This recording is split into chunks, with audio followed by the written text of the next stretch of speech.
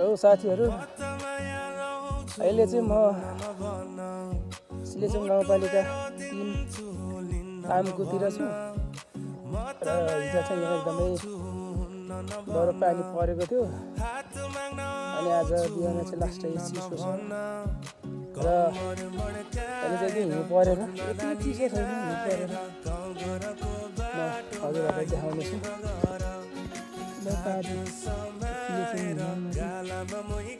तलसम्म पनि झरेको छ, काहीँको हिउँको चिसो छ, पानी परेको छ। पारीको भनेको चाहिँ